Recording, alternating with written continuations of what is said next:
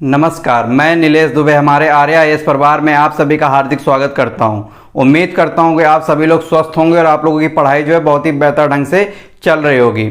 जैसा कि आप सभी को पता होगा कि यूपी टेट और सुपर टेट को लेकर हमारे संस्थान द्वारा निःशुल्क कक्षाएं चलाई जा रही हैं। उसी की कड़ी में हमने संस्कृत विषय की कक्षा को प्रारंभ किया हुआ है, जिसकी एक कक्षा जो है ऑलरेडी हो चुकी है। सिलेबस और एग्जाम स्ट्रेटजी के बारे में भी हम विस्तार से चर्चा कर चुके हैं। कैसे ही हम इस परीक्षा को, चाहे वो सुपर टेट हो और चाहे वो यूपी टेट हो, इन दोनों परीक्षाओं को कैसे पहली बार में अच्छे अंकों से ही सफलता पाई जा सकती है, वो सारी चर्चाएं हम कर चुके हैं। तो जिन्होंने भी वो वीडियो नहीं देखा है वो वीडियो पहले देख लेंगे, पाठ्यक्रम को अच्छे से समझ लेंगे कि हमको क्या पढ़ना है और क्या छोड़ना है, पहली चीज। दूसरी चीज, जो हमने संस्कृत की क्लास स्टार्ट करी हुई है, तो जो स्टूडेंट पहली कक्षा देख चुके हैं उनके लिए तो कोई दिक्कत नहीं, आज उन्हें सारी जितना मैं पढ़ाऊंगा सारा चीज समझ में आएगा। लेकिन जिन्होंने पिछली क्लास हमारी नहीं देखी है, पहले वो जाके पिछली क्लास देखेंगे। इसलिए मैं बोल रहा हूं क्योंकि मैं जितनी भी क्लास पढ़ाऊंगा वो सारी क्लासेस पिछली क्लास से ही कनेक्ट करके पढ़ाऊंगा। तो जब तक आप पिछली क्लासेस नहीं देखे होंगे तब तक आपको नई क्लास का नहीं समझ में आएगा। तो मैं आपसे रिक्वेस्ट यही करूंगा कि पहले जिन्होंने पिछली क्लास नहीं देखी है, पहले वो अपनी प्रीवियस क्लासेस कवर करें, फिर इसके बाद जो हमारी आज की क्लास है उसको कवर करें, और फिर देखिएगा कितनी आसानी तरीके से सब कुछ क्लास में ही आपको याद हो जाएगा। ठीक है, तो ये सारी चीजें जो बिल्कुल ध्यान में रखिएगा। अब जितने भी लोग आज हमारी क्लास देख रहे हैं वो 5 मिनट के लिए मेरे साथ बिल्कुल कंसंट्रेट होंगे। मैंने जितना भी पिछली क्लास में आपको पढ़ाया है वो सारा मैं 5 मिनट में आपको रिवाइज कराऊंगा और फिर आज की क्लास का हम कंटिन्यू करेंगे। तो बिल्कुल सारा कॉपी पेन जो भी लिए बैठे होंगे बिल्कुल पेन रख दीजिए और 5 मिनट मेरी बातों को बस ध्यान से सुनते रहिए। अभी देखिए आपको सारा रिकॉल हो जाएगा एक बार में, जितना भी पिछली क्लास में आपने पढ़ा होगा। तो हम लोग स्टार्ट करते हैं। पिछली क्लास में हम लोग ने देखा होगा संस्कृत विषय के बारे में चर्चा करी हुई थी कि कुछ लोग बोलते हैं संस्कृत जो है हमारी बहुत ही प्राचीन भाषा है, कुछ लोग बोलते हैं कि ये आर्यों की भाषा है, कुछ लोग बोलते हैं कि ये श्रेष्ठ जनों की भाषा है, और कुछ लोग बोलते हैं कि ये शुद्ध परिमार्जित परिनिष्ठित भाषा है। लेकिन ये सारी चीजें जो बोलते हैं कि संस्कृत हमारी ऑलरेडी इतनी प्राचीन भाषा है, तो किस आधार पर हम इसको सिद्ध कर सकते हैं कि संस्कृत हमारी प्राचीन भाषा है? तो हमने बताया था कि ग्रंथों के आधार पर हम ये कह सकते हैं कि संस्कृत हमारी सबसे प्राचीन भाषा है। इनमें जो उपलब्ध ग्रंथ हैं, जो हमारे वेद हैं, पुराण हैं, ब्राह्मण है, आरण्यक है, उपनिषद है, वेदांग है, ईटीसी जितने भी ग्रंथ हैं, इनके आधार पर हम कह सकते हैं कि संस्कृत जो है हमारी सबसे पुरानी भाषा है। तो ये मैंने आपको ऑलरेडी कल बताया हुआ था कि आप इस तरीके से इसको सिद्ध कर सकते हैं। इसके बाद संस्कृत जो वर्ड है मैंने बताया था कि ये किससे मिलकर बना है। तो संस्कृत शब्द में जो है हमारा सम उपसर्ग है, क्रि धातु है और अक प्रत्यय है, ये 3 चीजों से मिलकर बना है। संस्कृत की कुछ शब्दावलियां हैं, चाहे वो संस्कृत हो, व्याकरण हो, समास, संधि, इन वर्डों को लेकर क्वेश्चन पेपर में आता है कि ये वर्ड किन किन प्रत्यय से मिलकर बना है, किन किन उपसर्ग से मिलकर बना है। तो मैंने आपको बताया था कि धातु के पहले जो लगता है उसको हम उपसर्ग बोलते हैं और धातु के बाद जो लगता है उसको हम प्रत्यय बोलते हैं। तो संस्कृत जो है सम उपसर्ग पूर्वक क्रि धातु से और अक्त प्रत्यय से मिलकर बना हुआ है। फिर इसके बाद संस्कृत को भी हमने 2 भागों में बांटकर पढ़ा हुआ था, एक वैदिक संस्कृत, एक लौकिक संस्कृत। अब वैदिक संस्कृत क्या है और लौकिक संस्कृत क्या है? तो वैदिक संस्कृत मैंने आपको बताया था कि जो वेदों, उपनिषद, ब्राह्मण में ग्रंथों में जो यूज करते थे हम पहले, उसको हम वैदिक संस्कृत बोलते थे। और जो संस्कृत में कुछ समय के बाद अवनति हुई, पहले जो हमारी वैदिक संस्कृत थी वो समृद्ध थी, इसके बाद कुछ समय बाद संस्कृत में कुछ अवनति हुई समय के साथ, और लोग व्यवहार में वो संस्कृत प्रचलित होने लगी, उसका सरल फॉर्म आया और उसी को हम लौकिक संस्कृत बोलने लगे। फिर हमने वैदिक संस्कृत और लौकिक संस्कृत को भी 2 पार्ट में अलग अलग कैटेगराइज किया। वैदिक संस्कृत को भी हमने वैदिक साहित्य और वैदिक व्याकरण में कैटेगराइज किया, और इसके बाद लौकिक संस्कृत को भी लौकिक साहित्य और लौकिक व्याकरण में कैटेगराइज किया। अब मैंने आपको यही बताया था कि आपका वैदिक साहित्य से 1 या 2 नंबर का क्वेश्चन आता है, लौकिक साहित्य से 1 या 2 नंबर क्वेश्चन आता है, और लौकिक व्याकरण से जो लोग यूपी टेट की तैयारी कर रहे हैं उसमें लगभग 30 में से 27 से 28 नंबर का क्वेश्चन आएगा, और सुपर टेट में लगभग 10 में से 7-8 नंबर का क्वेश्चन लौकिक व्याकरण से ही आएगा। तो सबसे ज्यादा इंपॉर्टेंट पार्ट है आपका लौकिक व्याकरण का, और वैदिक व्याकरण से कोई क्वेश्चन नहीं आता, इसलिए उस पार्ट को हम बिल्कुल नहीं पढ़ेंगे। तो हम लोग वैदिक साहित्य के अंतर्गत क्या पढ़ चुके थे, वैदिक साहित्य के अंतर्गत हमने वेद को देख लिया हुआ था और आरण्यक, ब्राह्मण, उपनिषद को मैंने बताया हुआ था कि ये वेदों से ही संदर्भित हैं तीनों चीजें। इसके बाद हमने वेदांग को देखा हुआ था। अब वेद की चर्चा करते हैं तो वेद हमने कितने बताए थे, 4 हमारे वेद होते हैं, ऋग्वेद, यजुर्वेद, सामवेद, अथर्ववेद। इसमें फिर मैंने आपको बताया था कि सबसे प्राचीनतम वेद अगर पूछा जाएगा कौन सा है तो सबसे प्राचीन वेद हमारा ऋग्वेद है। इस और पूछा जाएगा कि नवीनतम या अर्वाचीन वेद हमारा कौन सा है तो आपका आंसर होगा कि अथर्ववेद जो है हमारा सबसे नवीनतम या अर्वाचीन वेद है। इसके बाद कुछ जो नाटक हमारे होते हैं तो उन नाटकों में वेदों से क्या क्या चीजें ली गई हैं उससे क्वेश्चन बनता है। तो ऋग्वेद से हमारा क्या लिया गया है, ऋग्वेद से मैंने बताया था आपका पाठ और संवाद लिया गया है।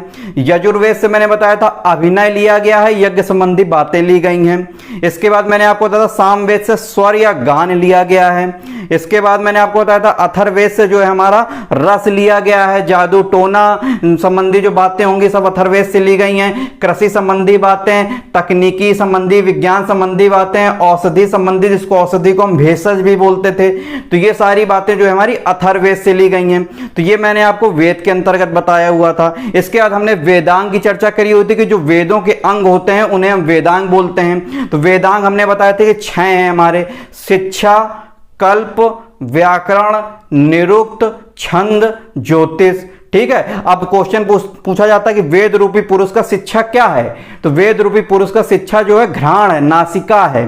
ठीक है, इसी तरह कल्प क्या है, कल्प हाथ है, हस्तौ, 2 हाथ है ना तो हस्तौ। व्याकरण क्या है, तो व्याकरण हमारा मुख है। इसी तरह निरुक्त क्या है, तो निरुक्त हमारा जो है कान है, निरुक्त जो है हमारा कान है। इसी तरह हमारा छंद क्या है, छंद जो है हमारा पैर है। मैंने आपको बताया था ना छंद में पंक्तियों जब तक ज्ञता नहीं होगी तो लाइनें आगे नहीं बढ़ती, छंद में ज्ञता होती है। तो छनन छनन मैंने आपको बताया था, याद करने का तरीका पायल बाजे मतलब पैर। तो छंद जो है हमारा वो पैर से, वेद रूपी पुरुष का जो छंद जो है पैर है। इसके बाद ज्योतिष का मैंने बताया था कि ज्योतिष जो है हमारा नयन है। ये सारी चर्चा हम लोग वैदिक साहित्य के अंतर्गत कर चुके हैं। फिर इसी के कड़ी में हमको बताया था कि हमने आपको वैदिक व्याकरण नहीं पढ़ना है, उसको छोड़ देना है, उससे क्वेश्चन नहीं आता। फिर लौकिक संस्कृत की तरफ बढ़ते हैं तो लौकिक संस्कृत में हमने 2 पार्ट आपको बताए, लौकिक साहित्य और लौकिक व्याकरण। तो लौकिक साहित्य की भूमिका के बारे में हमने पढ़ा था रामायण के बारे में और महाभारत के बारे में। रामायण में हमने क्या पढ़ा था, रामायण में हमने बताया था कि ये लौकिक साहित्य का प्रथम काव्य है, इसीलिए इसको क्या बोलते हैं हम, आदि काव्य बोलते हैं। आदि मतलब प्रथम, आरंभ, तो रामायण को हम लौकिक साहित्य का आदि काव्य बोलते हैं। और इसके जो रचनाकार हैं वाल्मीकि हैं, इसीलिए उनको जो है हम आदि कवि बोलते हैं। सबसे इंपॉर्टेंट क्वेश्चन मैंने बताया था कि रामायण में कौन सा रस है, तो रामायण में जो मैंने आपको बताया कि करुण रस है, क्योंकि इसकी उत्पत्ति ही जो करुण से हुई है। क्रौंच और क्रौंची नामक जो पंछी जो मर जाते हैं और वाल्मीकि के मुख से जो श्लोक निकलता है वहीं से रामायण की रचना होती है, स्टार्टिंग होती है। तो रामायण में पूछा जाएगा कौन सा रस है, तो रामायण में सीधे से आप बताएंगे करुण रस है। इसके बाद रामायण में कितने श्लोक हैं, मैंने आपको बताया था 24,000 श्लोक हैं, जिसको बोला जाता है चतुर्विंशति सहस्री संहिता। संस्कृत में नाम लिख के आएगा। अब रामायण जो हमारी किस में बटी हुई है, तो मैंने आपको बताया था कांडों में बटी हुई है। कितने कांडों में, 7 कांडों में। कांडों का क्रम मैंने आपको बताया था, कौन कौन सा कांडों का क्रम है। सबसे पहले राम जी के जीवन से आधारित कर लीजिए, आपको सीधा याद हो जाएगा कौन कौन सा। बाल कांड, इसके बाद अयोध्या कांड, फिर अरण्य कांड, किष्किंधा कांड, सुंदर कांड, युद्ध कांड या लंका कांड, और इसके बाद उत्तर कांड। तो ये हमारे 7 कांड हमने आपको बताए थे। अब इन्हीं कांडों में मैंने बताया था कि सबसे बड़ा कांड कौन सा है, युद्ध कांड, और सबसे छोटा कांड कौन सा है, किष्किंधा कांड। ये सारी चर्चा हमने रामायण के बारे में करी हुई थी। इसी तरह हमने महाभारत का प्रारंभ किया हुआ था, तो हमने बताया था दुनिया का सबसे विशालतम ग्रंथ कौन सा है, महाभारत है।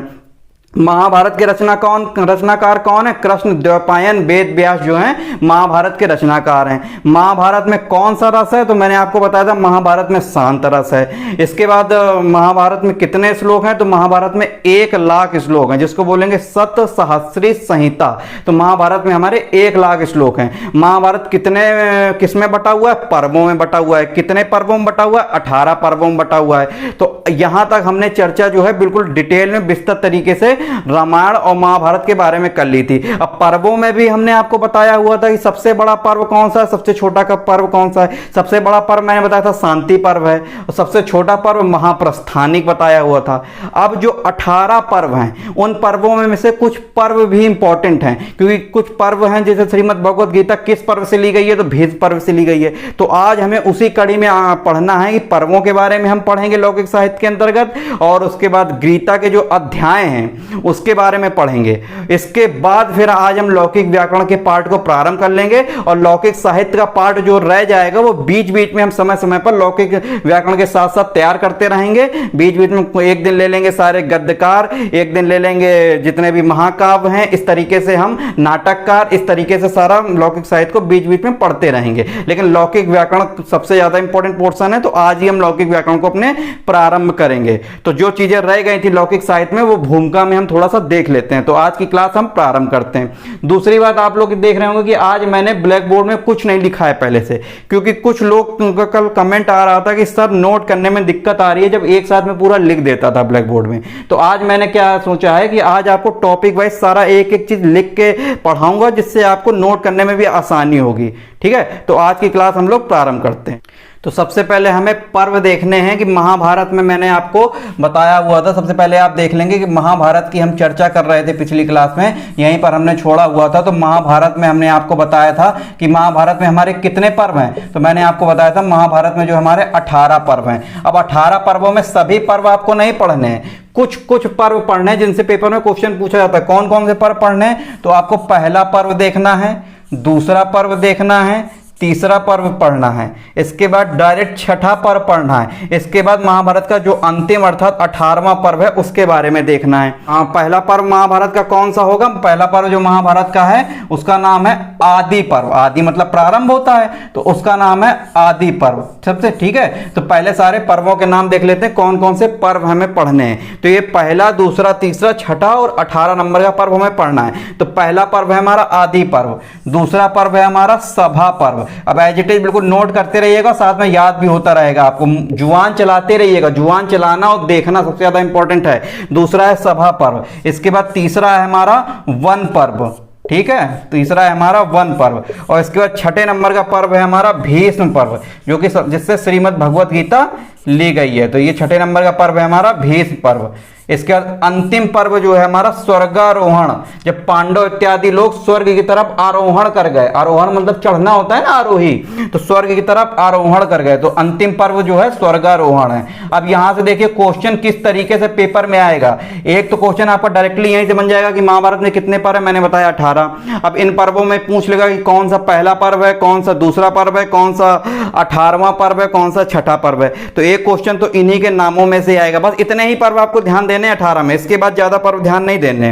ठीक है, तो आपको ये 5 पर्व जो है याद रखने हैं, किस किस नंबर पे कौन कौन से पर्व हैं। इसके बाद क्वेश्चन आता है कि आदि पर्व से कौन सा नाटक जो है संदर्भित है, अर्थात आदि पर्व से प्रेरित होकर किसने जो है नाटक लिखा था और कौन सा नाटक लिखा हुआ था। तो कौन सा नाटक जो है आदि पर्व से लिया गया है, तो आपने नाम सुन रखा होगा अभिज्ञान शाकुंतलम। इतनी फेमस रचना है अभिज्ञान शाकुंतलम। किसकी रचना है अभिज्ञान शाकुंतलम? अभिज्ञान शाकुंतलम आप सभी को पता होगा, अभिज्ञान शाकुंतलम कालिदास की रचना है, कालिदास। ठीक है, तो कालिदास ने किससे प्रेरित होकर अभिज्ञान शाकुंतलम की रचना की हुई थी? तो कालिदास ने महाभारत के आदि पर्व से अभिज्ञान शाकुंतलम की रचना की हुई थी। अभिज्ञान शाकुंतलम क्या है? ये हमारा बहुत ही प्रसिद्ध नाटक है। ये जो है सबसे ज्यादा प्रसिद्ध जो है ये क्या है? नाटक है। ठीक है, तो इसको एज इट इज बिल्कुल नोट कर लेंगे कि अभिज्ञान शाकुंतलम जो है प्रसिद्ध नाटक है। किससे लिया गया है? आदि पर्व से लिया गया है। सभा पर्व से क्या लिया गया? सभा पर्व से शिशुपाल वधम लिया गया। शिशुपाल वध जो किया गया था, तो सभा पर्व से शिशुपाल वधम जो है लिखा गया है। तो शिशुपाल वधम किससे लिया गया? शिशुपाल वधम सभा पर्व से लिया गया है। किसने शिशुपाल वधम को लिखा हुआ था? तो शिशुपाल वधम को लिखा हुआ था श्री माघ ने।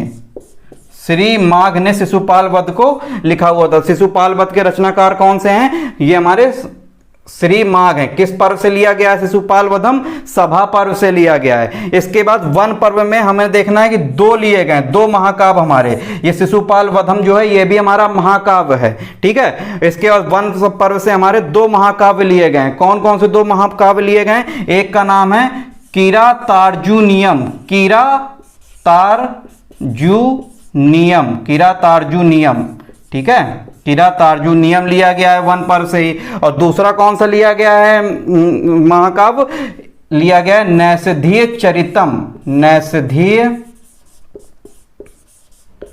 चरितम, ठीक है।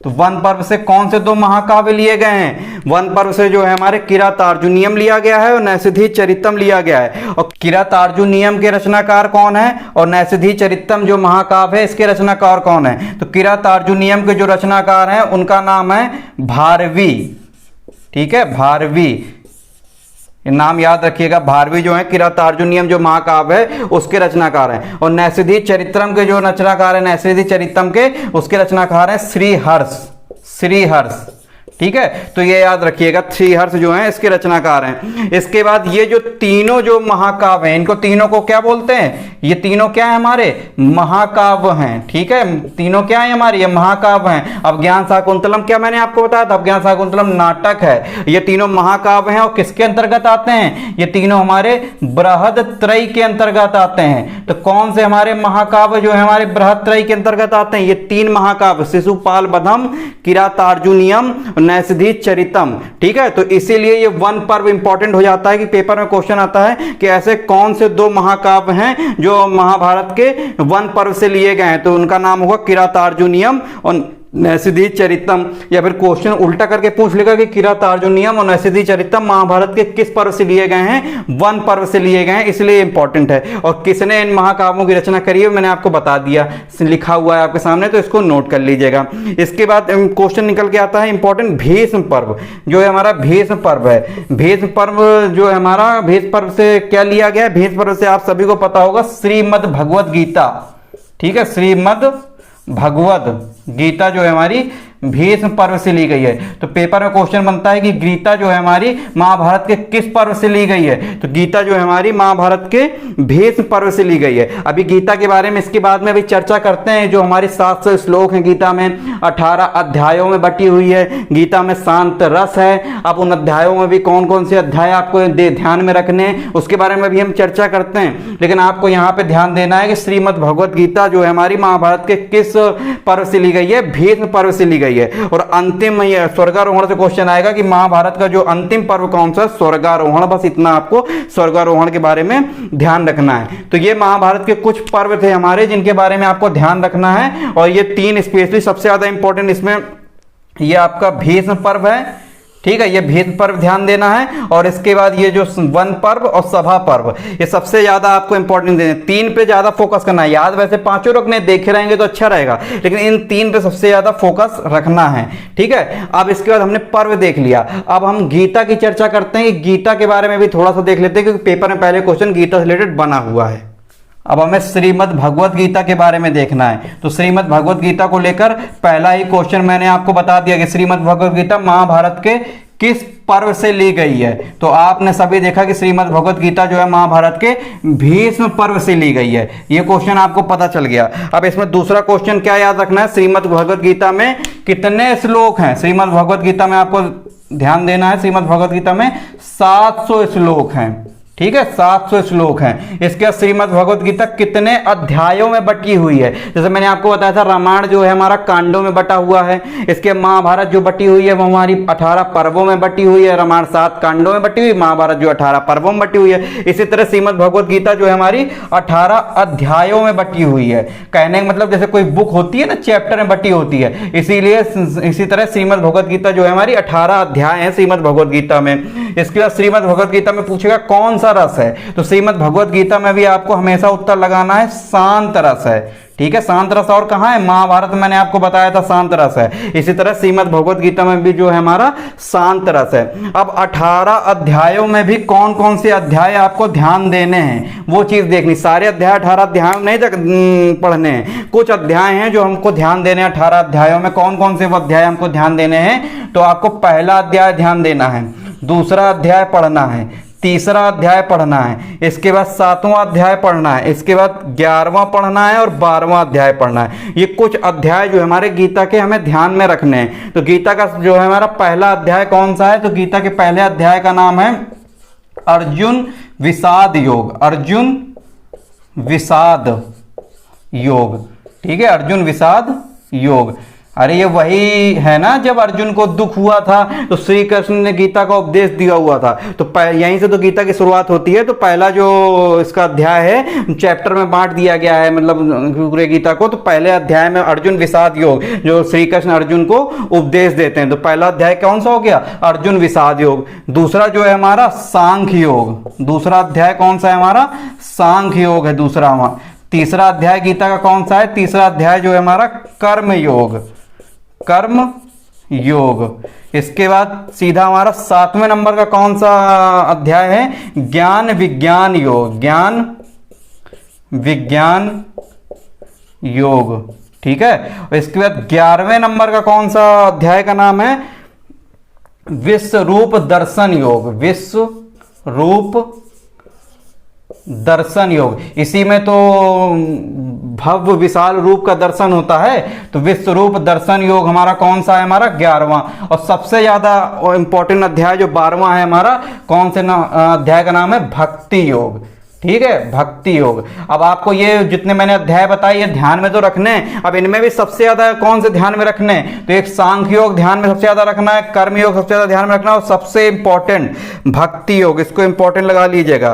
तो भक्ति योग जो है हमारा गीता का कौन से नंबर का अध्याय है, 12वें नंबर का अध्याय। तो ये कुछ हमें गीता से संबंधित अध्याय को ध्यान में रखना है। जो 18 अध्यायों में से जो है, तो इनमें कुछ अध्याय हैं जो उनको ध्यान में रखना है। तो ये हमारी लौकिक साहित्य के बारे में चर्चा हो गई। अब लौकिक साहित्य में हम इसके बाद जो डिटेल में चर्चा करेंगे, जो जैसे भास आते हैं, जो हमारे प्रसिद्ध नाटककार हैं, सबसे पहले नाटककार हैं, प्रसिद्ध क्या, सबसे पहले भास के बाद कालिदास आते हैं, अर्थात कालिदास के पूर्व भी भास थे, ठीक है। तो भास के बारे में पढ़ेंगे, नाटककार। तो एक दिन हम लौकिक साहित्य में सारे नाटककारों के बारे में पढ़ लेंगे। इसके बाद कालिदास का तो पढ़ना ही पढ़ना है, वो भी नाटककार के अंतर्गत आएंगे। इसके बाद कुछ गद्यकार हैं, जैसे गद्यकारों में बाण भट्ट हैं, दंडी है, सुबंधु है, तो ये सारे पढ़ लेंगे। इसी तरह एक दिन हम पूरे महाकाव्य को लेके पढ़ लेंगे। लेकिन लौकिक साहित्य की एक अच्छा है, हम बीच बीच में पढ़ेंगे, क्योंकि इनसे जो है 1 या 2 नंबर का क्वेश्चन आता है। जो इंपॉर्टेंट है भूमिका में, वो मैंने आपको ऑलरेडी बता दिया, क्योंकि इससे जो क्वेश्चन आने की प्रबल संभावना रहती है। बाकी जो चीजें हैं वो बीच बीच में हम आके क्लास में पढ़ते रहेंगे। आज हम लोग डिटेल में लौकिक व्याकरण अपनी प्रारंभ करेंगे, जिससे आपका अच्छा खासा क्वेश्चन पेपर में लगभग ये मान लीजिए कि लगभग 80 से 85 नंबर क्वेश्चन आपको इसी पोर्शन से देखने को मिलता है। तो हम लोग शुरुआत करते हैं लौकिक व्याकरण की। अब हमें सबसे इंपॉर्टेंट पार्ट जो है हमारा, सबसे ज्यादा इंपॉर्टेंट जो हमें देखना है, वो है हमारा लौकिक व्याकरण, जिससे सबसे ज्यादा क्वेश्चन आपको आते हैं पेपर में। तो अब ये पार्ट जो है भैया सभी लोग बड़े ध्यान से पढ़िएगा। अभी तक तो याद करने वाली चीजें थी, अब इसमें भी थोड़ी बहुत चीजें याद करने वाली होंगी। इसके बाद फिर आपका व्याकरण जब चालू होगा तो वो पूरा समझने वाला पोर्शन होगा, ठीक है। तो लौकिक व्याकरण के बारे में हम लोग समझते हैं। ये लौकिक शब्द है, मैंने आपको कल भी समझाया था, जो लोक व्यवहार में हमारा प्रचलित हो, ठीक है। पहले जो भाषा थी हमारी संस्कृत, वो समृद्ध थी, तो उसको वैदिक बोलते थे। वेदों की, उपनिषद की, ब्राह्मण की, वो सारी संस्कृत थी, वो हमारी वैदिक संस्कृत थी। और जब संस्कृत की धीरे धीरे अवनति हुई और वो कुछ आगे चल के लोक व्यवहार में प्रचलित हो गई वही भाषा, तो उसको हम लौकिक बोलने लगे। तो लौकिक का मतलब होता है, लौकिक का मतलब सीधा सा आप ध्यान देंगे, जो लोक व्यवहार में प्रचलित हो। इसको आप लिख लेंगे यहाँ पे, इसका मतलब है जो लोक व्यवहार में प्रचलित, लोक व्यवहार में प्रचलित हो, उसको हम क्या बोलेंगे, उसको हम लौकिक बोलेंगे। इसके बाद इसमें आप एक शब्द देख रहे हैं व्याकरण, इसमें आप एक शब्द देख रहे हैं व्याकरण।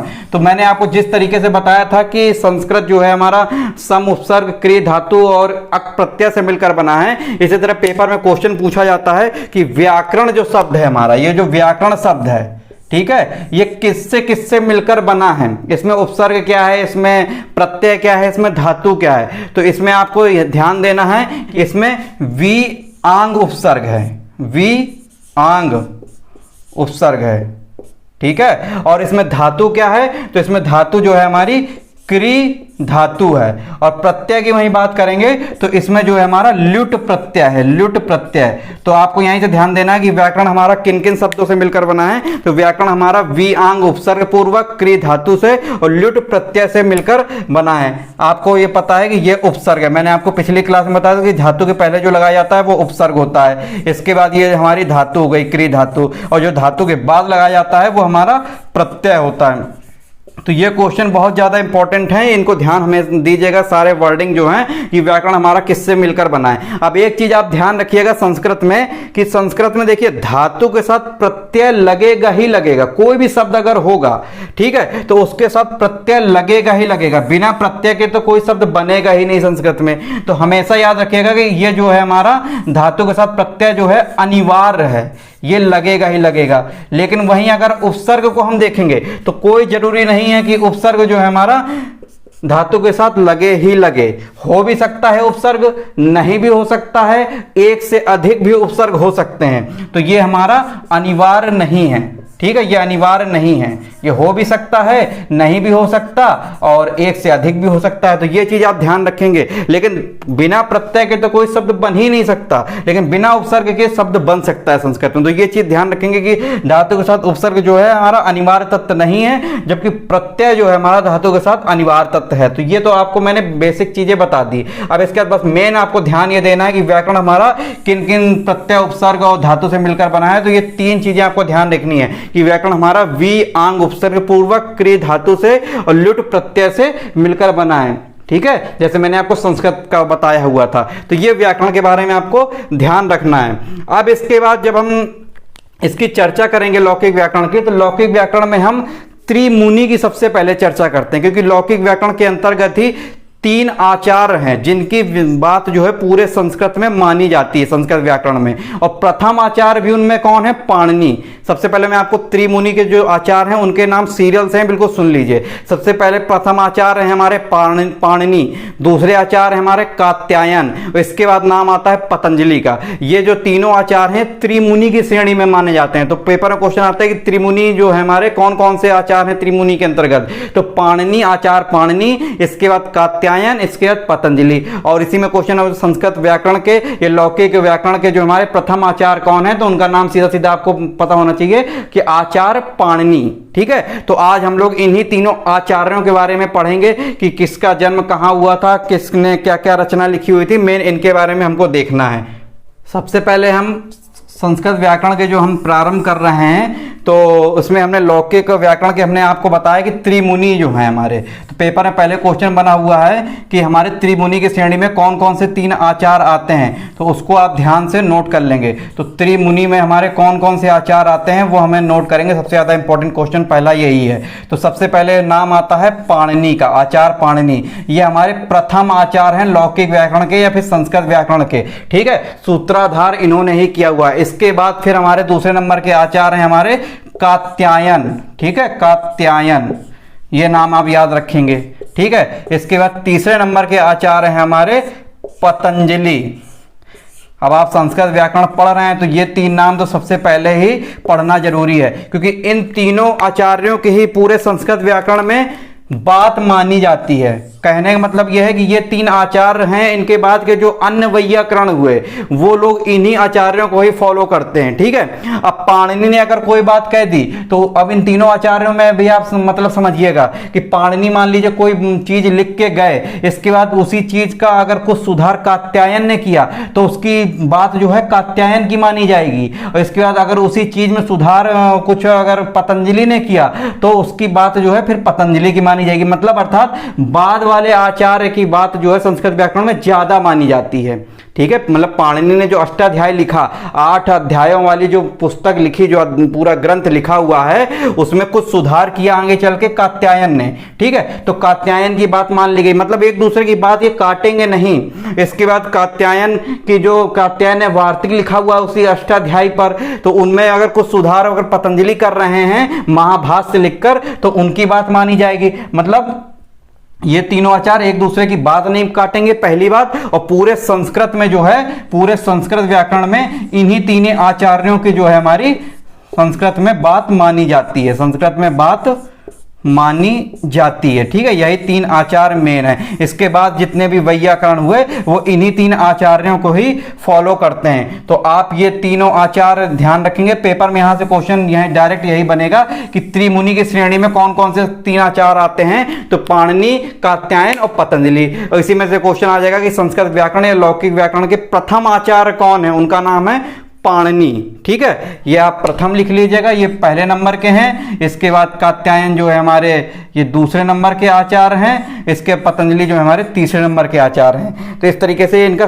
सीरियल है, इस तरीके से बिल्कुल याद रखिएगा। अब हम पाणिनि के बारे में चर्चा करेंगे। पाणिनि के बारे में स्पेशल अलग से भी चर्चा करना बहुत ही ज्यादा इंपॉर्टेंट है, इन तीनों आचार्यों के बारे में करेंगे। ठीक है, तो पाणिनि के बारे में देख लेते हैं। तो पाणिनि के सबसे पहले तो रचना के बारे में देख लेते हैं कि पाणिनि आखिर क्या लिखा हुआ था। तो पाणिनि की सबसे प्रमुख रचना है जो अष्टाध्यायी, आप सभी ने सुन रखा होगा अष्टाध्यायी। जैसा कि आपको नाम पता चल रहा है, 8 अध्याय, अष्ट अध्याय हैं इसमें। ठीक है, तो इनकी सबसे प्रमुख रचना है 8 अध्याय। तो इसमें कितने अध्याय हैं आपको पता होना चाहिए। इसमें अष्टाध्यायी में जो है हमारे 8 अध्याय हैं। ठीक है, 8 अध्याय हैं। और 8 अध्याय में भी प्रत्येक अध्याय में कितने कितने पाद हैं, 4-4 पाद हैं। मतलब समझने का मतलब, जैसे कोई बुक है, वो बुक मान लीजिए किसी चैप्टर में बटी हुई है, और वो चैप्टर भी सब चैप्टर में बटे हुए हैं। ठीक है, तो कहने का मतलब कि अष्टाध्यायी बुक जो है, अष्टाध्यायी में 8 अध्याय हैं और प्रत्येक अध्याय में भी 4-4 पाद हैं। तो अर्थात जो है हमारा प्रत्येक अध्याय में अगर 4 हमारे 4-4 पाद हो जाएंगे तो टोटल कितने पाद हो जाएंगे हमारे, 32 पाद हो जाएंगे। ठीक है, ये चीज अभी क्यों बता रहा हूं, अभी मैं बताता हूं। क्योंकि आपने जब भी अष्टाध्यायी बुक देखेंगे तो उसमें एक सूत्र लिखा होता है, सूत्र के आगे कुछ नंबरिंग इस तरीके से दी होती है, हर सूत्र की अलग अलग नंबरिंग। लेकिन ये 3 नंबर ऐसे करके डॉट करके लिखे होते हैं, लेकिन आपको ये मतलब यहां नहीं समझ में आता कि इसका आखिर मतलब क्या है। तो ये जो इंडिकेट करते हैं ये नंबर, जो हमारे आप बुक देखिएगा, यहाँ पर सूत्र लिखा होगा संस्कृत में, यहाँ पर उसके आगे नंबरिंग जरूर लिखी होगी। तो ये जो पहला जो नंबर है ये किसको प्रदर्शित करता है, यह अध्याय को प्रदर्शित करता है, अध्याय को इंडिकेट करता है। ये दूसरा जो नंबर है ये हमारा पाद को प्रदर्शित करता है कि किस नंबर का पाद है। इसके बाद हमारा ये जो तीसरा नंबर है ये हमारा सूत्र प्रदर्शित करता है किस नंबर का सूत्र है। ठीक है, तो ये आपको चीजें ध्यान देनी है कि अष्टाध्यायी में जो है हमारे 8 अध्याय हैं, प्रत्येक में 4-4 पाद है, तो टोटल पाद कितने हो जाएंगे, 32 पाद हो जाएंगे। ठीक है, इस तरीके से मैंने आपको बताया कि ये जो है हमारे इसको शो करता है।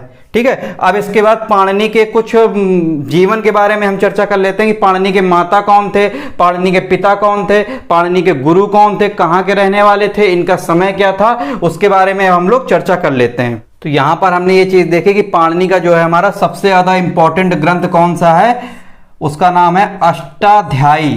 ठीक है, अष्टाध्यायी। अब आपको यहां से ये याद रखना है कि अष्टाध्यायी कैसा ग्रंथ है, तो अष्टाध्यायी जो है व्याकरणात्मक ग्रंथ है, व्याकरण से संबंधित ग्रंथ है। और इसमें स्पेशली क्या दिए गए हैं, इसमें स्पेशली क्या है, इसमें स्पेशली सूत्र हैं। ठीक है, सूत्र हैं। लगभग कितने सूत्र हैं, तो लगभग इसमें जो है हमारे 4000 सूत्र हैं, 4000 आपको मिलेगा लगभग में। ठीक है, वैसे किसी किसी किताबों में 3978 भी लिखा मिलेगा, लेकिन लगभग आप सीधा सीधा याद रखेंगे कि ये पेपर में क्वेश्चन आएगा कि पाणिनि की अष्टाध्यायी में कितने सूत्र हैं, तो लगभग 4000 सूत्र हैं। 8 अध्याय हैं, प्रत्येक अध्याय में 4-4 पाद हैं, तो अर्थात 32 पाद हो जाएंगे। तो आपको इसीलिए पाणिनि का एक नाम और है, पाणिनि को सूत्रकार भी बोला जाता है। ठीक है, क्योंकि इन्होंने अष्टाध्यायी लिखी और अष्टाध्यायी में सूत्र ही सूत्र हैं, तो पाणिनि को और किस नाम से जाना जाता है, सूत्रकार। तो किस एक आचार्य को सूत्रकार के नाम से जाना जाता है, तो आचार्य पाणिनि को सूत्रकार के नाम से जाना जाता है। इसके बाद पाणिनि के माताजी कौन थे और पिताजी कौन थे, तो पाणिनि के पिताजी का नाम था पणिनि। ठीक है, पणिन बोल लीजिए, पणिनि बोल लीजिए, पणिन इनके पिताजी का नाम था। और इनके माताजी का नाम क्या था, इनके माताजी का नाम था दाक्षी। ठीक है भैया, ये याद रखिएगा, पिताजी और माताजी को आगे पीछे मत कर दीजिएगा। ये हमारी माताजी हैं दाक्षी और पिताजी हमारे पणिनि हैं। इसके बाद इनके गुरु का नाम क्या था, पाणिनि के गुरु का नाम क्या था, तो इनके गुरु का नाम था उपवर्ष, या फिर कहीं कहीं पर आपको वर्ष देखने को मिलेगा। इसके बाद पाणिनि का समय पूछा जाता है कि पाणिनि के किस समय के आचार्य थे, तो लगभग इसमें लिख लेंगे कि 450 ईसा पूर्व, समय के लगभग ये आचार्य थे। 450 ईसा पूर्व के हमारे लगभग ये आचार्य थे। ठीक है, तो ये पाणिनि के बारे में कुछ बेसिक बातें हैं। इसके बाद एक क्वेश्चन और पूछा जा सकता है, निवासी भी देख लीजिए, पाणिनि कहाँ के निवासी थे। तो ये निवासी जो थे हमारे सालातूर के थे, जो लाहौर में है। सालातूर ग्राम जो है हमारा लाहौर में, सालातूर ग्राम जो पड़ता है, कहाँ पर पड़ता है, ये हमारा लाहौर में पड़ता है। तो ये कहाँ के निवासी थे, पाणिनि हमारे जो हमारे सालातूर ग्राम के थे, जो लाहौर में पड़ता है। समय इनका 450 ईसा पूर्व था। गुरु का नाम उपवर्ष या फिर इसी को वर्ष बोल लेंगे। ठीक है, और इनके पिताजी का नाम पढ़नी या उसके बाद माता जी का नाम दाक्षी, और सूत्रकार के नाम से भी पाणिनि को जाना जाता है। और इनकी सबसे प्रमुख रचना जो अष्टाध्यायी है। ठीक है, और भी रचनाएं इनकी हैं जो पेपर में पूछी नहीं गई हैं, इसलिए ज्यादा लिखाने का कोई मतलब नहीं है। लेकिन एक रचना और पाणिनि की देख लीजिए, उसका नाम है जामवती विजय। जामवती विजय, ये भी किसकी ही रचना है, ये भी पाणिनि की ही रचना है। लेकिन ये इंपॉर्टेंट उतनी नहीं है, लेकिन आप ध्यान देखे रहेंगे तो अच्छा रहेगा। एक रचना और लिख लीजिए, जामवती विजय पाणिनि की ही रचना है। लेकिन सबसे ज्यादा आपको अष्टाध्याय के बारे में ध्यान रखना है कि अष्टाध्यायी जो हमारी पाणिनि की रचना है, और ये कैसा ग्रंथ है, व्याकरणात्मक ग्रंथ है। सूत्र इसमें लगभग 4000 हैं। ठीक है, अब इसी में से एक क्वेश्चन और आता है कि पाणिनि के जो सूत्र 4000 हैं, तो इसी में से पहला सूत्र कौन सा है। ठीक है, पहला सूत्र कौन सा है और अंतिम सूत्र, इन्हीं 4000 सूत्रों में अंतिम सूत्र कौन सा है, ये क्वेश्चन पहले पेपर में पूछा भी गया है। ठीक है, तो आप यहीं से ये चीज नोट कर लेंगे कि इसका अष्टाध्यायी का जो हमारा पहला सूत्र है उसका नाम है वृद्धिरादैच। वृद्धिरा इंपॉर्टेंट क्वेश्चन है। ठीक है, वृद्धिरादैच। अब आप देखे होंगे जहां पर भी वृद्धिरादैच आपको लिखा मिलेगा, उसके साइड में इस तरीके से नंबरिंग लिखी मिलेगी। तो नंबरिंग का मतलब आप समझ जाएंगे ना कि पहले अध्याय का पहला पाद और पहला सूत्र, ये तीनों नंबरिंग का मतलब आप समझ जाएंगे। इसके बाद अंतिम सूत्र क्या है, तो अंतिम सूत्र जो अष्टाध्यायी का है आ और आ, ये हमारा अंतिम सूत्र है। और इसके बगल में आपने नंबरिंग आप देखेंगे मिलेंगे, तो 8 4 67, अर्थात 8वें अध्याय का चौथा पाद का 67वां सूत्र है। ठीक है, इस तरीके से नंबरिंग हमेशा समझेंगे। तो पाणिनि के जो अष्टाध्यायी का पहला सूत्र याद रखेंगे वृद्धिरादैच है, और अंतिम सूत्र जो है हमारा आ और आ है। तो ये पाणिनि से संबंधित जितनी भी चर्चाएं हो सकती थी वो हमने देख ली, जितने भी इंपॉर्टेंट तथ्य बन सकते थे। अब हम इसमें अगला जो है, जो आचार्य है हमारे, कात्यायन के बारे में देखते हैं। तो संस्कृत व्याकरण के त्रिमुनियों में जो हमारे दूसरे आचार्य हैं उनके बारे में हमें देखना है। उनका नाम है कात्यायन। ठीक है, कात्यायन के बारे में देखना है। तो कात्यायन ने जो है हमारा क्या लिखा है, इनकी रचना का नाम क्या है, तो इन्होंने जो वार्तिक लिखे। ठीक है, इनकी रचना का नाम है वार्तिक। और वार्तिक इन्होंने किस पर लिखे, तो उसी जो अष्टाध्यायी पुस्तक है उसी पर वार्तिक लिखे। कहने का मतलब है कि देखिए, जैसे कोई पुस्तक आती है तो आगे चलकर उसमें कुछ सुधार किए जाते हैं समय के साथ। जो अगले आचार्य है उनको उसमें कुछ सुधार करने की जरूरत पड़ी होगी, कुछ चेंजेस करने की जरूरत पड़ी होगी। ठीक है, तो उन्हीं में से सुधार करके कात्यायन ने अष्टाध्यायी पर ही जो वार्तिक जो लिखे, किस पर लिखे, अष्टाध्यायी पर ही जो है हमारा वार्तिक जो है हमारे कात्यायन ने अष्टाध्यायी, ठीक है, अष्टाध्यायी पर ही वार्तिक लिखा।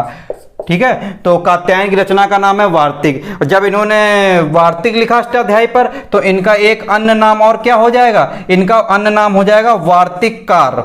ठीक है, वार्तिककार, ये याद रखिएगा, क्योंकि आगे चल के आप अभी जब मैं वृत्तिकार बताऊंगा किसको बोलते हैं तो वहां पर कंफ्यूज होंगे। तो सूत्रकार किसको बोलते हैं, सूत्रकार मैंने आपको बताया पाणिनि को बोलते हैं, आचार्य पाणिनि को।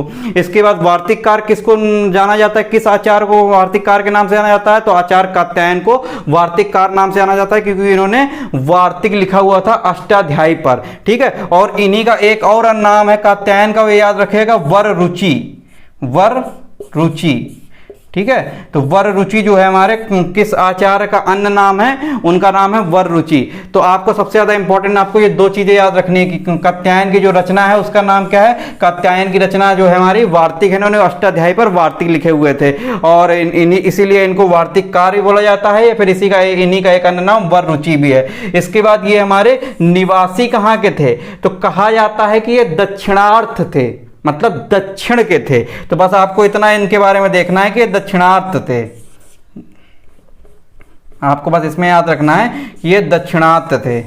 ठीक है, अर्थात मतलब कि दक्षिण साइड के कहीं के निवासी थे। बस इसके बारे में, इनके बारे में आपको इतना ही ध्यान रखना है। बस सबसे ज्यादा इंपॉर्टेंट ये रखना है कि इन्होंने अष्टाध्यायी पर वार्तिक लिखे हुए थे और इसीलिए इनको वार्तिककार या फिर वररुचि के नाम से जाना जाता है। और इनका जो निवासी थे दक्षिणार्थ थे। तो हमारे कात्यायन के बारे में केवल आपको इतना ही ध्यान रखना है। इसके बाद अगले जो इंपॉर्टेंट आचार्य हैं पतंजलि।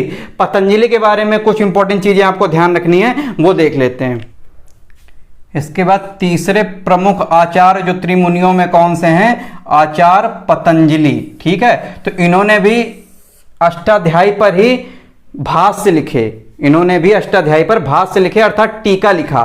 ठीक है, और बहुत व्याख्या करके उसको लिखा, तो उसका नाम पड़ गया महाभाष्य। ठीक है, महाभाष्य। तो पतंजलि की जो रचना हो जाएगी, पतंजलि की रचना क्या है? पतंजलि की रचना का नाम है महाभाष्य। और यह महाभाष्य भी किस पर ही लिखा गया? अष्टाध्यायी पर ही इन्होंने लिखा। भाष्य मतलब होता है टीका, और टीका को बहुत ज्यादा व्याख्या करके इन्होंने लिख दिया। ठीक है, तो उसीलिए जो हमारा ये जो भाष्य जो है महाभाष्य में चेंज हो गया। तो इनकी रचना का नाम क्या है? पतंजलि की रचना का नाम है महाभाष्य। ये महाभाष्य जो हमारा कैसा टीका है? तो ये हमारा जो रचना है ये हमारी व्याख्यात्मक, बहुत ज्यादा व्याख्या करके इन्होंने इस टीका को लिखा। ठीक है, तो ये व्याख्यात्मक है, समझे? तो व्याख्यात्मक रचना है ये हमारी पतंजलि की। आपको ध्यान ये देना है। तो पेपर में क्वेश्चन आएगा कि पतंजलि की रचना का नाम क्या है? महाभाष्य। और ये महाभाष्य किस पर लिखा गया? तो ये महाभाष्य भी अष्टाध्यायी पर ही इन्होंने लिखा। ठीक है, अष्टाध्यायी पर ही इन्होंने ये लिखा हुआ था। ठीक है, तो अष्टाध्यायी पर ही। ठीक है, और जब इन्होंने महाभाष्य लिखा पतंजलि ने, तो इनका नाम पड़ गया, क्या पड़ गया? इनको भाष्यकार नाम से बोला गया, इनको भाष्यकार नाम से जाना गया। तो भाष्यकार के नाम से किसको जाना जाता है? पतंजलि को। पतंजलि की प्रमुख रचना का नाम क्या है? महाभाष्य, जो अष्टाध्यायी पर ही लिखी गई। ये कैसा रचना है? ये व्याख्यात्मक रचना है। कैसा इन्होंने टीका लिखा था? बहुत व्याख्या करके, तो महाभाष्य हो गया, तो उसी का नाम महाभाष्य रखा गया। इसके बाद पतंजलि जो है हमारे कहाँ के निवासी थे? अब निवासी की बात चर्चा कर लेते हैं। कहाँ के निवासी थे? तो ये हमारे भैया गोनर्द के निवासी थे। गोनर्द अर्थात गोंडा के, प्राचीन समय में गोंडा को जो है हमारा गोनर्द बोला जाता था। तो ये गोनर्द के निवासी थे हमारे पतंजलि। इसके बाद पतंजलि का जो संबंध था, एक राजा से बहुत अच्छा संबंध था। कौन से वो राजा थे? पुष्यमित्र शुंग का आपने नाम इतिहास में सुना होगा। पुष्यमित्र शुंग से इनका अच्छा संबंध था। उनके यहाँ ये दरबारी थे, पूजा पाठ कराने का ये काम किया करते थे। तो पुष्यमित्र शुंग से अच्छा संबंध था। तो पेपर में क्वेश्चन आएगा कि पतंजलि का जो है हमारा किस एक राजा से बहुत अच्छा संबंध था, घनिष्ठ संबंध था? तो पुष्यमित्र शुंग से जो पतंजलि का जो हमारा बहुत अच्छा संबंध था। कहाँ के निवासी थे? गोनर्द या गोंडा के निवासी थे। इनका जो एक अन्य नाम भाष्यकार भी इनको बोला जाता है। इनकी प्रमुख रचना जो है महाभाष्य है, जो अष्टाध्यायी पर ही लिखी गई है। और ये कैसा रचना है? ये व्याख्यात्मक रचना है। और इसी में से आप ये भी याद रखेंगे, इसी में से एक इंपॉर्टेंट क्वेश्चन और है। जैसे मैंने आपको बताया कि अष्टाध्यायी जो 8 अध्यायों में लिखी गई है, तो इसी तरह आप ये लिखेंगे कि पतंजलि की जो रचना महाभाष्य है ये 84 आहनिक में लिखी गई है। 84 आहनिकों में लिखी गई है। तो हम, ठीक है, तो ये 84 आहनिकों में ये रचना जो है हमारी लिखी गई है। आपने ये पतंजलि के बारे में देखा।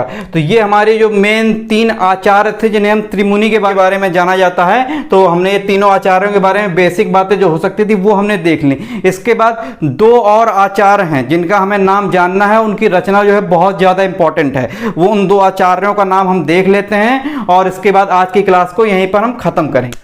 अब 2 आचार्यों का नाम उन त्रिमुनियों के अलावा और आपको ध्यान रखना है। तो एक आचार्य का नाम है भट्टोजी दीक्षित। ठीक है, जुबान चलाइए, अभी याद हो जाएगा।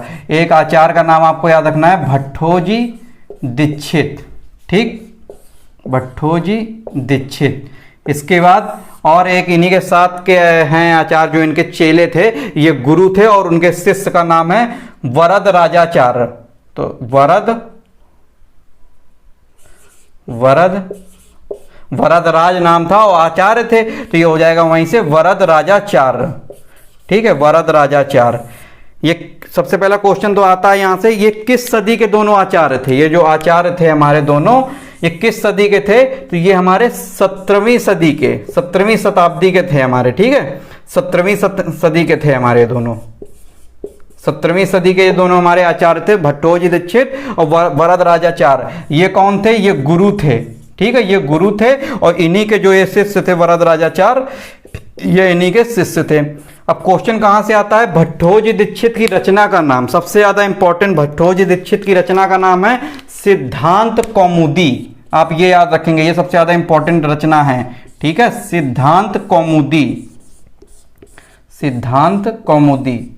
तो पेपर में क्वेश्चन बनेगा इस सिद्धांत कौमुदी किसकी रचना है? तो सिद्धांत कौमुदी भट्टोजी दीक्षित की रचना है। इसके बाद वरदराजाचार्य की रचना कौन सी है? तो गुरु से आगे बढ़कर चेला एक नंबर आगे निकल गया और जब गुरु ने सिद्धांत कौमुदी लिखा तो वरदराजाचार्य ने लघु सिद्धांत कौमुदी लिख दिया, तो शॉर्टकट में लाके लिख दिया। जिस समय हमारा सिद्धांत कौमुदी आया था उस समय बहुत फेमस हुआ था, इसके सामने अन्य धर्म ग्रंथ जो है हमारे फीके पड़ गए थे, अन्य धर्म ग्रंथ जो है हमारे फीके पड़ गए थे, ठीक है। और जब सिद्धांत कौमुदी बहुत ज़्यादा प्रचलित हुआ तो अब आपको भी पता है कि जब कुछ चीज़ें प्रचलित हो जाती हैं तो उसी का शॉर्ट चीज़ें मार्केट में आने लगती हैं, ठीक है। तो गुरु से चेला जो है एक कदम आगे बढ़ के निकल गया और उसने लघु सिद्धांत कौमुदी लिख दिया। तो पेपर में क्वेश्चन बनेगा कि सिद्धांत कौमुदी किसकी रचना है? भट्टोजी दीक्षित की रचना है। और ये भी रचनाएं सब अष्टाध्यायी पर ही लिखी गई, ये भी ध्यान रखिएगा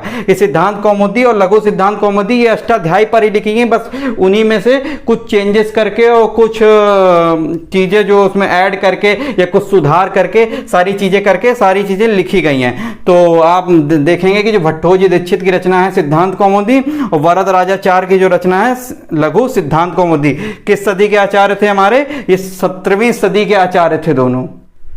तो आज की क्लास में हमने ये सारे आचार्यों के बारे में देखा। तो लौकिक व्याकरण के अंतर्गत ये हमने सारी चीजें देखी।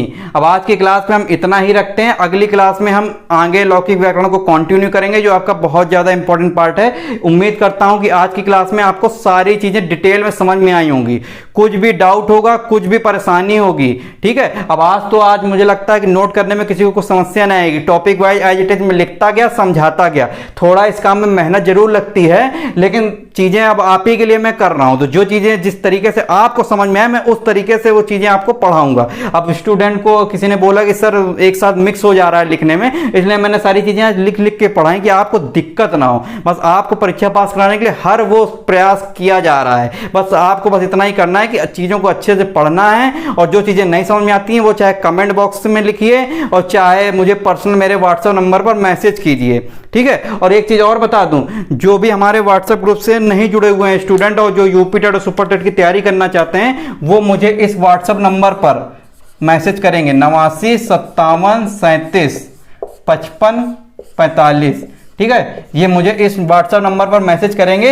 मैं आपको एक व्हाट्सएप ग्रुप मैंने बनाया हुआ है सुपर टेट और यूपी टेट को लेकर, मैं उनको उस ग्रुप में जोड़ दूंगा। वहीं पर सारी अपडेट जो भी नोट्स दूंगा आगे चल के वो सारे नोट्स वहीं पर सारी चीजें मिलेंगी, इसलिए इस ग्रुप को जरूर ज्वाइन करें व्हाट्सएप ग्रुप को।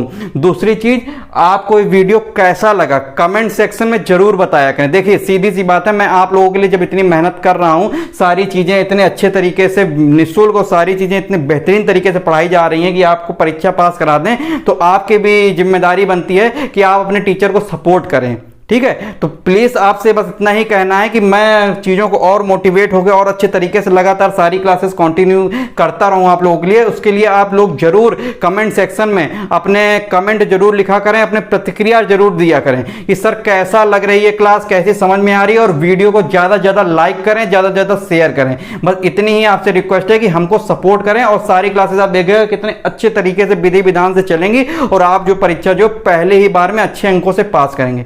तो ठीक है, फिर मिलते हैं अगली क्लास में। आज के लिए रखते हैं इतना ही, धन्यवाद।